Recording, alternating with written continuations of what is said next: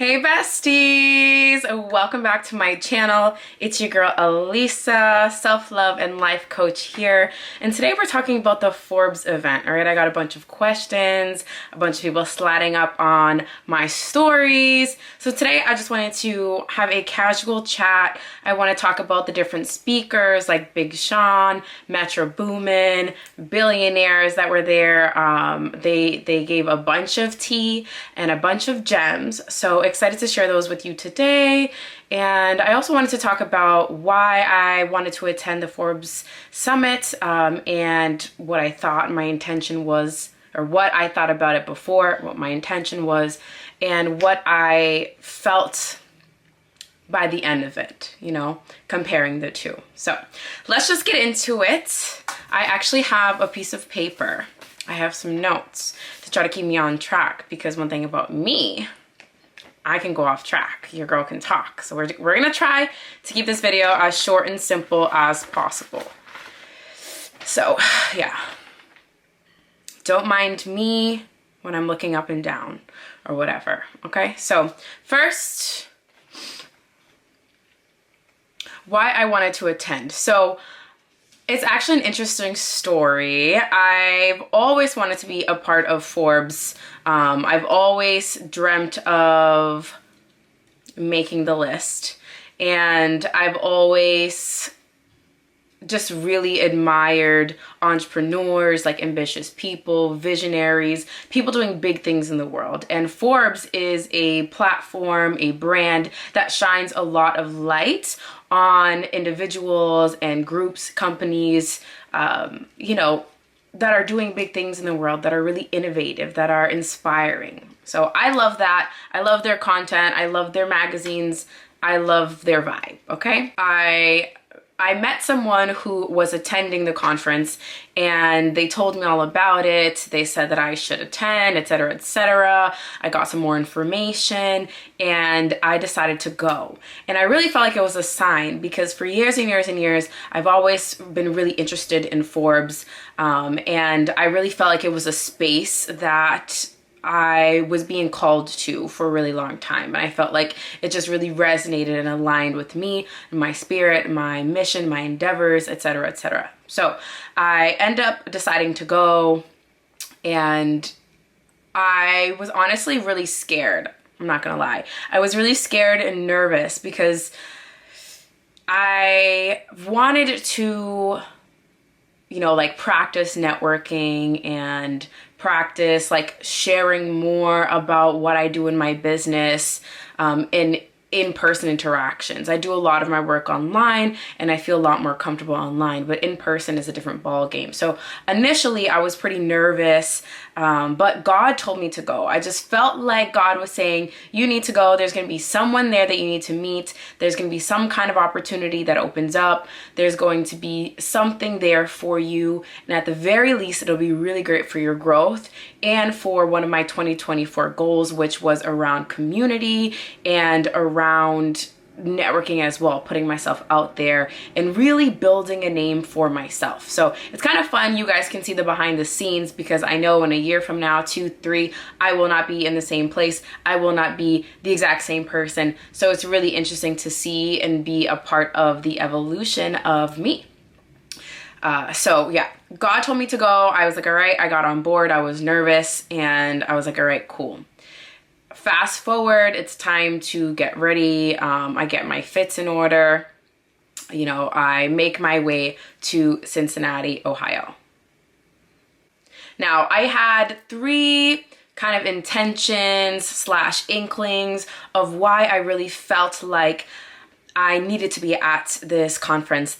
The first one is that I really felt like I was going to meet a person or multiple people that were going to maybe change the trajectory of my life, or maybe even just be a new friend who really understands my brain, or a business partner or someone who I can collaborate with. I felt like there was going to be some person or multiple people that I was going to form meaningful connections with, that down the line I would laugh and be like, LOL, it's so funny. I was so nervous to go to this conference, but if I didn't go, I would never have met you, and X, Y, and Z would never have happened in the first place.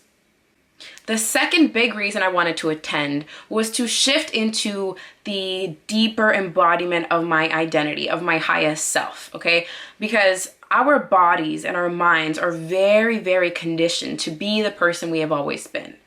Unconsciously, we know exactly how to be who we are, who we've always been. We know exactly how to deal with our familiar problems and our comfort zone, even if we don't like where we are. We know how to deal with our problems, even if we don't like the problems we have to deal with. So it takes a lot to get yourself to a place where you identity shift into someone new, and you can get your mind and your body on board with that expansion. So as I'm growing and expanding in my business as, a professional in the world, it's been really important to me to get my mind and my body on board so that I don't sabotage myself. Because a lot of the time when you are working on expanding yourself, there's going to be things that just root you down and hold you. So you make forward motion and then all of a sudden you swing back. You make forward motion, all of a sudden you swing back. And I'm like, I want to move forward. I want to stay there. And then I want to move forward again and stay there. I don't want to keep swinging back. And over the past couple of years, I definitely felt myself swinging back. Even though I'd make a little bit of a step forward, it was never enough to really feel like my outside world was changing to a really big degree,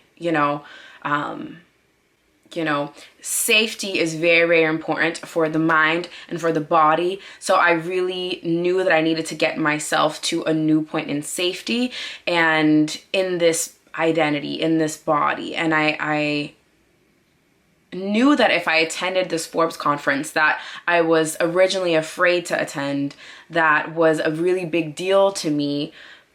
If I got myself to go and I was able to make these connections and I was able to talk about my business, my brand, myself over and over and over again, I would instill this newfound safety in my body and I would rewire new neural pathways in my brain as well.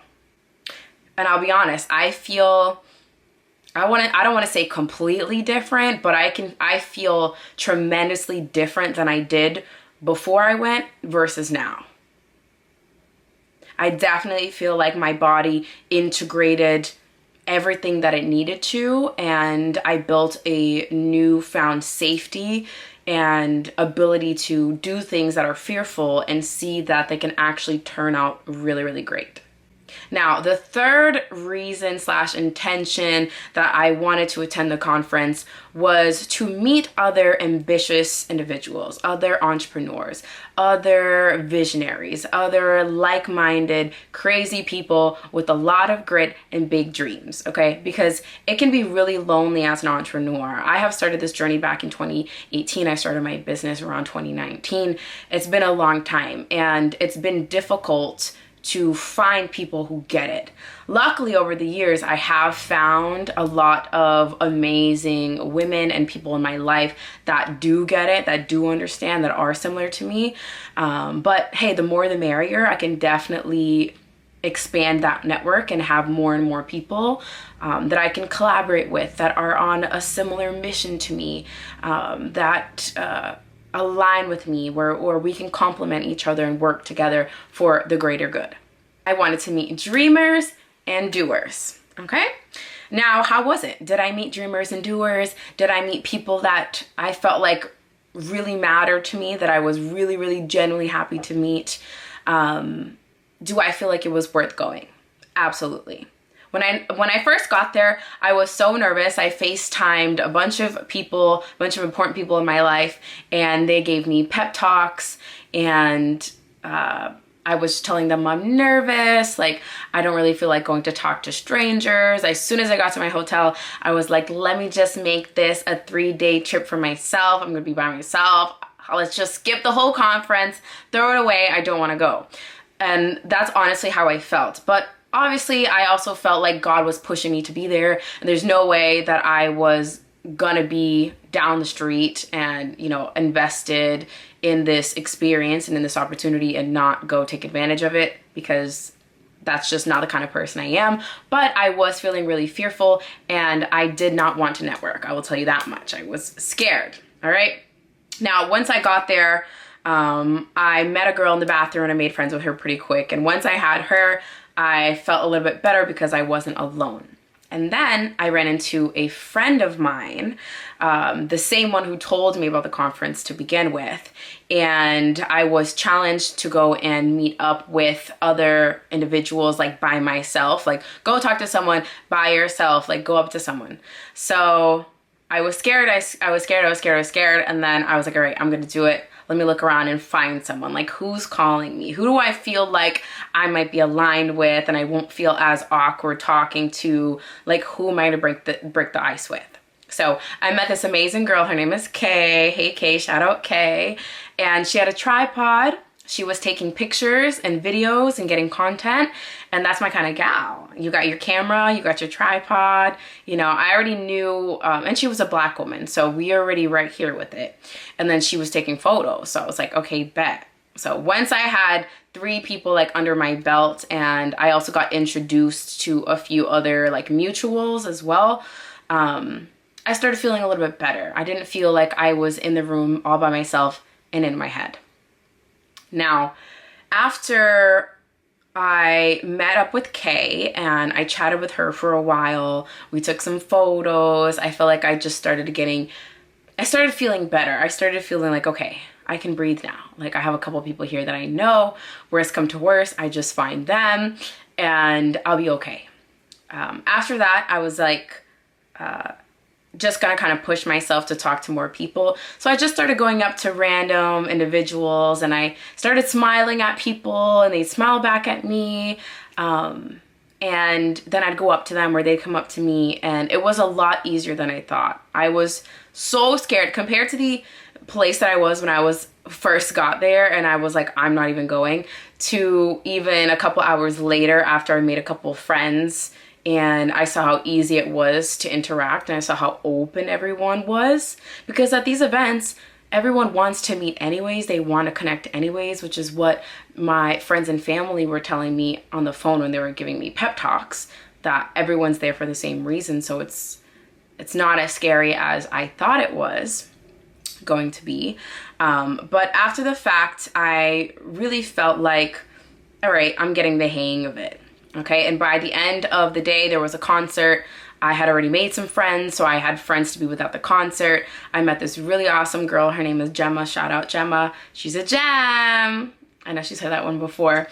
And I was literally like holding hands with her running into the crowd by the time the concert came. So I felt really integrated by the end of day 1.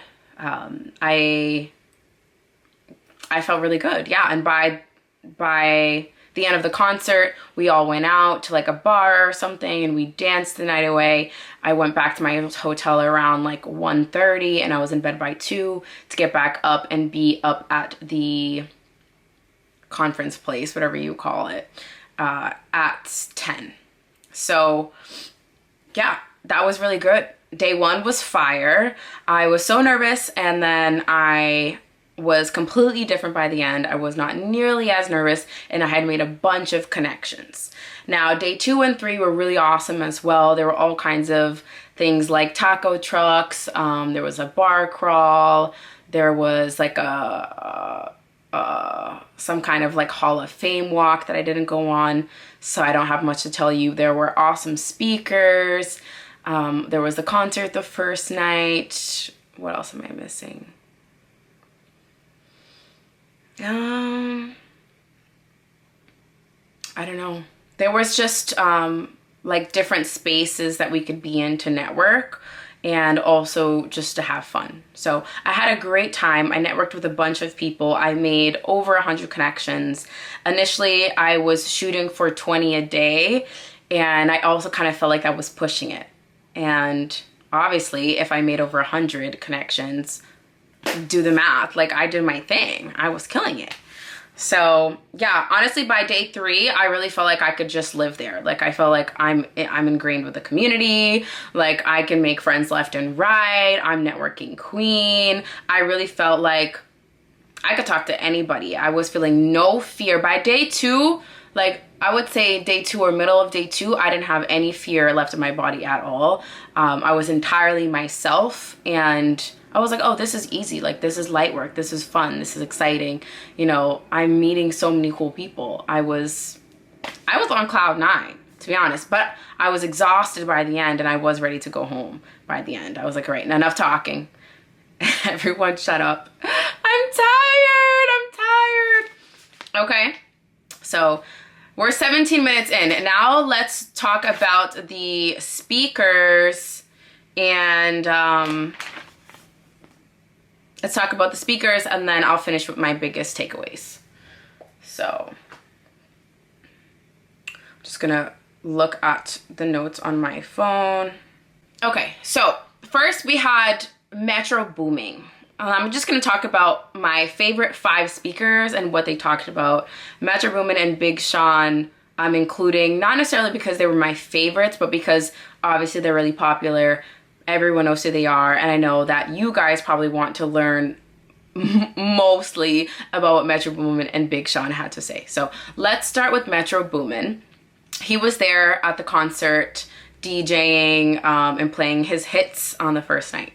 And then the second day, he came and did like a panel. He was on stage speaking. So the first thing that I took away was one of his quotes. He said, deposit into your future and make use of your 24 hours. And he was essentially talking about depositing money into a bank, like depositing your energy and your time into like your own bank. And one day you're going to see something.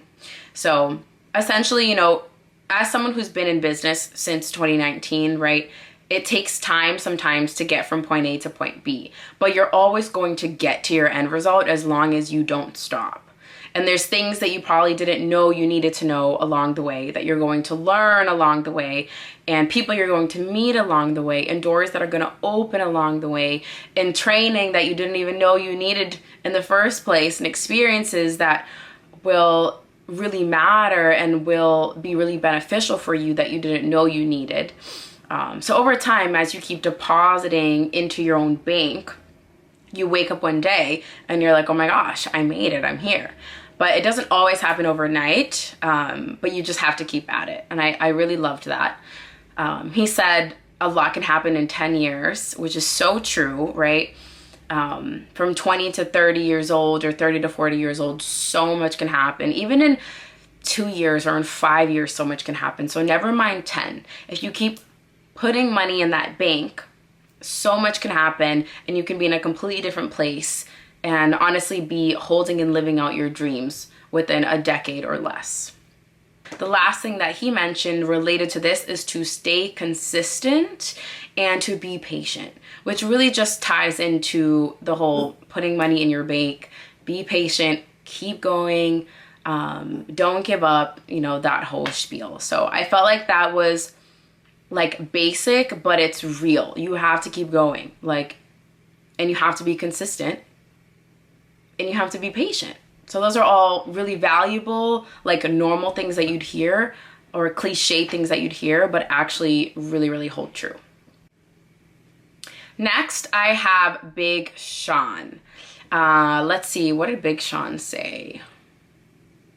Big Sean said that we gotta be willing to move money to make money, and to use your money to plan, allow your money to multiply, subtract, add, and money needs to flow.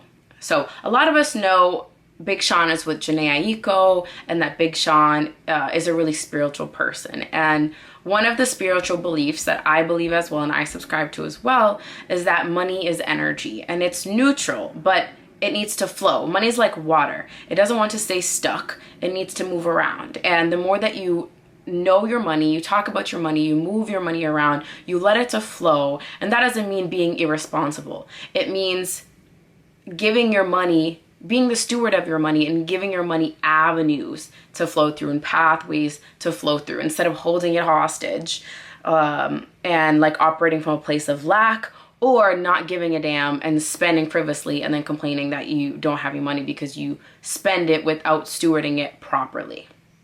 Big Sean also talked about showing someone why you're an asset and why they should be in business with you.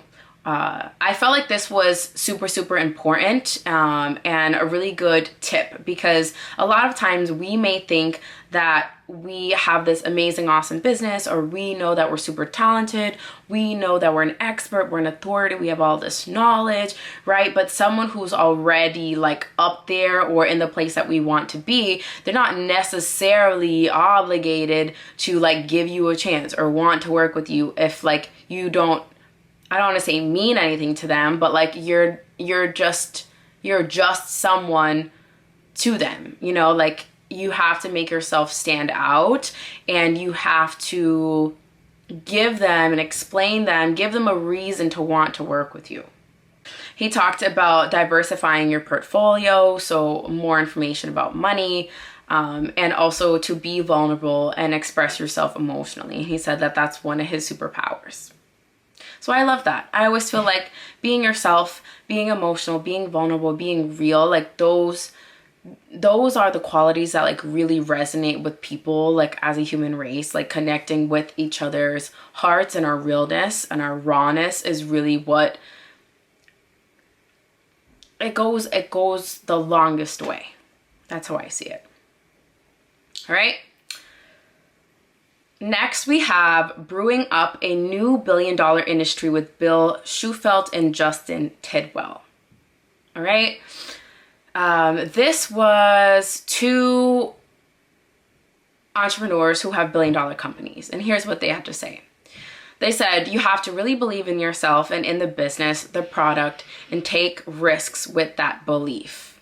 And that the journey is bigger than the end game. It's not about hitting a certain goal. It's about impacting, giving people something that improves their life. And I feel like with the first point, you do really have to believe in yourself. One thing I've learned, like, you cannot just create a business because you're like, I want to have a business. I want to be an entrepreneur. Da, da, da, da, da. Like, it's way harder than it looks. And you really have to believe in yourself. You have to have that ambition, that grit, that vision. You have to give a damn about what you're even trying to sell in the first place or what you're trying to do in the first place. You can't just, like, only want money for the most part. And, like, I mean, you can, but I don't know, that's not really my vibe, and I feel like it doesn't go as long of a way versus if your heart is really in it.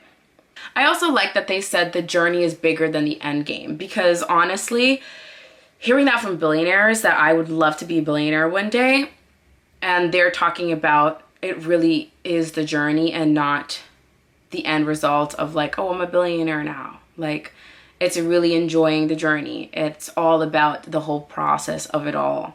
And I think that the more you can enjoy the process and the journey and not be in lack and be like desperate and just waiting to get to this place in the future and like depressed that you're in this place now, like the more you can just really enjoy the journey of being an entrepreneur or just enjoy the journey of life as you're figuring it out, the more you get out of the entire experience, in my opinion. So I love that. Next, they said, make the hard choices and do the hardest thing on your list every day. I love that. That's huge. They said, think long-term and plan and structure for long-term. Consistent and focused action is the biggest thing. I agree. Carve out the market, see opportunity, jump in. I also agree. Next, we have Tori Dunlap, Unlocking Financial Freedom. She was talking about money. She came up and gave an awesome speech. She was talking about how money is a tool and that it's morally neutral, how we really need to like know our numbers. We need to talk about our money and how much is going in and going out. I think that's so important. When I work with my clients and I teach them about money, a lot of people don't want to talk about money because it makes them uncomfortable, or they don't want to look at their bank account because it makes them uncomfortable. Like, they're avoiding money. They're essentially pushing money away. And money is an energy and it's neutral. It's going to like listen to your direction, and it's going to listen to and follow like the output that you are putting out. So if you're avoiding your money, you think badly about money. She even mentioned how like we probably met someone who was rich that was terrible. So like a lot of money in our unconscious mind is like icky to us, you know? So we have these money stories and these money myths that we've built over time. And it's really important to, know what's going on with your money, to have a relationship with your money, and to be mindful of like your money story, what you're buying into, what you've told yourself over the years, and what you need to unsubscribe from. I'm not gonna lie, you guys, this video is long and I'm getting tired. I'm getting tired by the minute. I haven't done a video this long in a while. Let's take a couple deep breaths.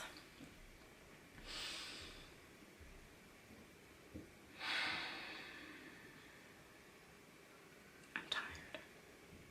Honestly, like I'm in Boston and it's getting darker and darker by the day and colder by the day. And so is my mood. My mood's getting darker and colder by the day, and I'm getting more tired and tired. So that's how I'm feeling right now. So bear with me. We have one more speaker, and then I'll give my 3 biggest takeaways and we're gonna wrap up and go home. All right, next we have Built to Grow from the under 30 to billionaire list with Ankara Jain. I don't know if that's how you spell his name, but he was on the Forbes 30 list when he was under 30, and now he's a billionaire. I love it. Goals. I subscribe. Now, he dropped a lot of gems. One of the first things that he mentioned was talking about problems and, creating businesses from a problem. But it has to be a problem that you get stuck on, like a problem that you can't get over. And I felt like I resonated with that so hard, because the problems that I solve for women in the world like nag me. Like my business and my mission, it nags my soul. Like it will not leave me alone. I have no choice but to fulfill it. Otherwise, I'm gonna go into a downward spiral. Like it will not go away until I get to a place where I feel like I'm leaving this impacting and leaving change. That's not English. When I'm impacting millions of women and people and little girls and young women, and I'm really like helping solve the problems that I see. Usually if your heart is not connected into the business, it's just a lot harder to pour into it, to be consistent with it, because you don't love it. You don't give that many F's. You're really just doing it because you did that 1 + 1 = 2 and the numbers look cute. That's great and all, but most businesses, thrive and grow because of the deeper why behind it and the problem that you really were like, I need to solve this problem. It will not leave me alone. So I've never heard anyone say that before, and I really resonated with it. Let's see, what else? He also talked about like investing and like getting financing from VCs. And he said he doesn't recommend getting VC funds right away, because they're going to be asking you for growth right away. So if they give you a whole bunch of money and then you don't grow, then the next VC is not going to give you any money because you look like a bad investment. So what he did instead was get a lot of money from people who shared similar beliefs as him, who agreed and resonated with the vision, who were aligned with him, as well as for friends and family that believed in him and what he was building. And that's where he started, and then he was able to create the growth that he could then show to VCs to get the capital, versus doing the other way around, shooting yourself in the foot, and now you're not getting any funding. So I feel like that was really practical, and I loved that piece of advice. And the last thing was to get really creative with solving your problems with limited resources. And I felt like that was super important, because a lot of times we complain about our problems when we can create a solution and we can get creative with finding a solution. But a lot of times we're just too lazy, or we just tell ourselves that we can't do it, and we just don't find a solution, and we just keep complaining and complaining, and we like run the victim game over and over and over and over and over again until we literally have no choice, and then we will try to find a solution, and we typically will when we hit rock bottom. But I'm really working on having what I like to call God vision. And this is like being able to see opportunities and to follow the opportunities that I'm seeing and to just create opportunities for myself instead of just waiting for them to fall out of the sky, like creating them and looking for solutions to the problems that I may have, whether in business or in life. Like there's gotta be a solution. What's the solution? What can help with this? And getting really creative. So I love that piece of advice. All of the speakers I felt like were really good. For the most part, they were all really valuable, and I felt like I took a lot from them. I didn't listen to all of them because I was also networking, and they were happening during the day while you could be like outside networking with people. So I tried to balance. I listened to a lot of them on the second day, and then the third day I didn't listen to as much. I did more networking during the day on day 3. So lastly, let's just end with my 3 biggest takeaways. My first biggest takeaway is that I left with a deeper sense of reassurance in my identity, my business, myself, my abilities. Like I really just felt like that girl by day 3. I just knew that I'm in my bag. Like I know exactly what I'm doing. I felt my body was like on fire the whole time. Like I was just so passionate, so excited. I was seeing opportunities everywhere that I really felt like God wanted me to attain, that I felt like I was seeing doors open that God were like, okay, this is going to be a great door to walk through. And I just really felt like I was in my mission, and I felt safe being my highest self. The second takeaway is that I'm actually really great at networking. Your girl was so scared on day 1. I just wanted to stay in my hotel and watch Netflix, sightsee, and then go home. Thank God I didn't. I realized that I was really great at having conversations with people.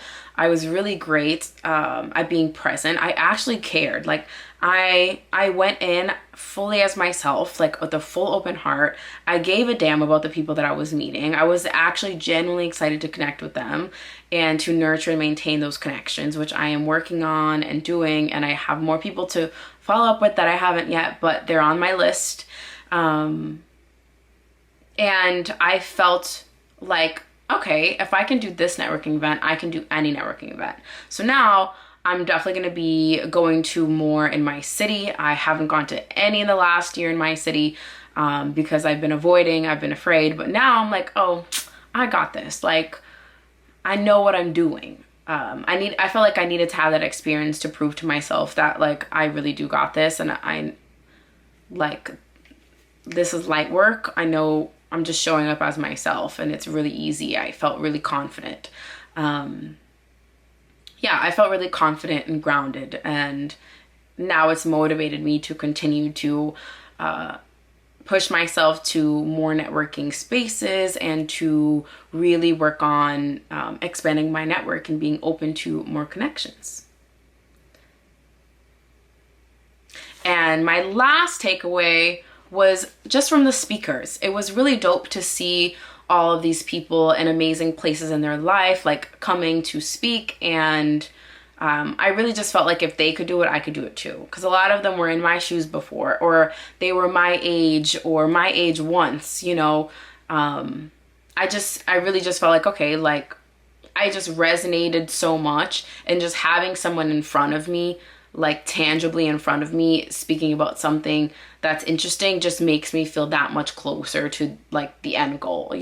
Even seeing these billionaires, like you're on stage, you're only like 100 feet away from me, if that, like I'm not even one person away anymore. Like we're right here, as someone who is a visionary, someone who's really ambitious, who has drive and grit, and someone who, knows, I know that I'm going places. I know I'm meant to do big things in the world. I know my mission.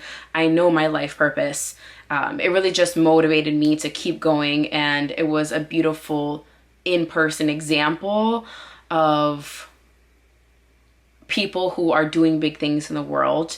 And I feel like one day I'm going to be on that stage too, period.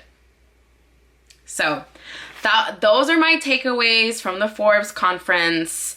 I loved it. I definitely will be attending next year. So I'm super, super excited. I will have to plan for that. And overall, it was a really great experience. Now I have 100+ amazing individuals in my space. I have some amazing new friends, so awesome people I'm excited to collaborate with to push the needle forward in our missions in the world, to link arms and walk forward and do big things. So yeah, I'm excited. I'm exhausted from this video, and that's it for today. Let me know if you have any other questions. Go ahead and drop them in the comments. Feel free to DM me. Make sure you follow my socials. I'd love to have you in my world. My Instagram, my TikTok, all that good stuff is all down below.